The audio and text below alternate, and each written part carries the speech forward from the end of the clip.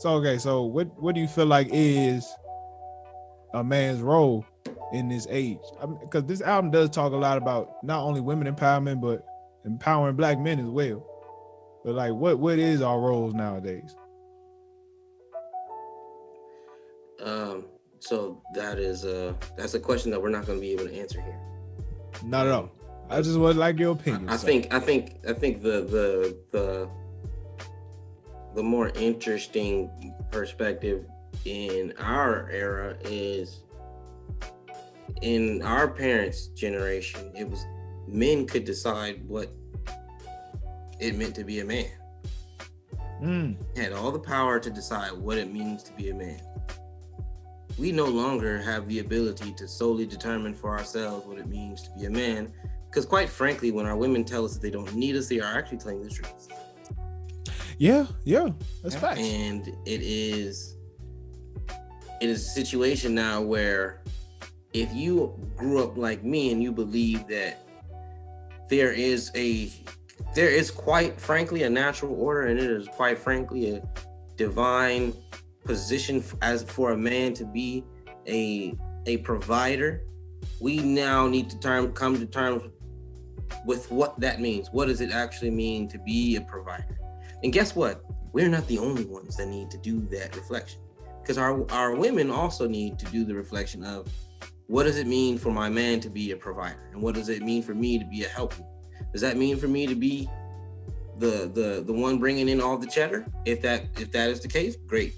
So what is your man providing? That needs to be determined between the two of you, but most generally it's going to end up being emotional support and kindness and love and all the fruits of the spirit that we know that you should see in a marriage and in a strong relationship, right?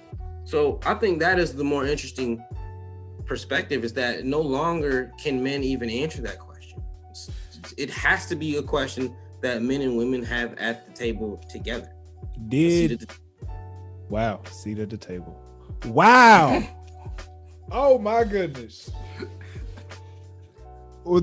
I mean, there's different tables that need different discussions. You know what I'm saying? This is a very but at that table, I can't sit there by myself. I can't decide what it means to be a man by myself. Yeah. No, that's so let me clarify that. I sure as hell can decide what it means to be a man for myself, but I'm not living by, nor am I living for myself. So if I'm living with and for other people, then that means that they need to be a part of that discussion with me, aka they need to have a seat at the table. You know what I mean? So who cares if there are multiple tables? We all sit at the same tables. Does the same apply for women though?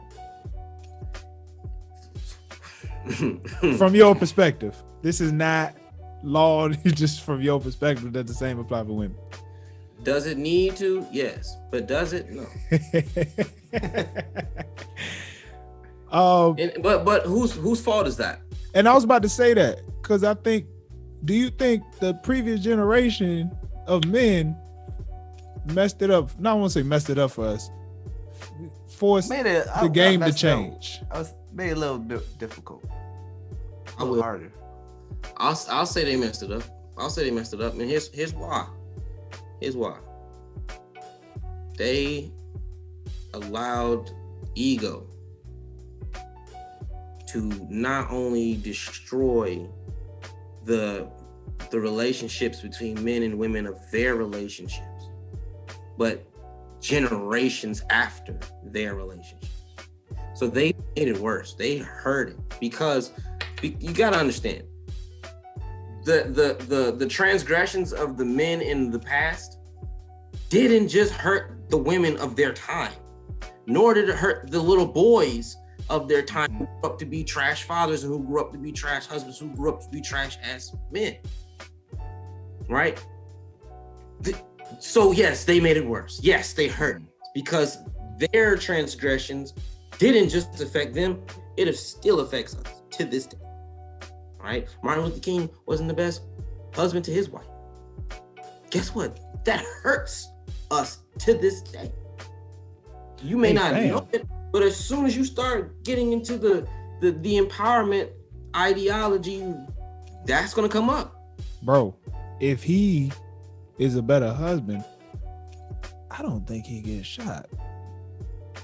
I say this very respectfully. If you think about it, the FBI wouldn't have been leaking his stuff. No, but The FBI fam, wouldn't have had anything to find about him. he wasn't. I mean, in but then that- again, last time I checked, Malcolm X, but he then wasn't in that Malcolm X was a good hotel. husband.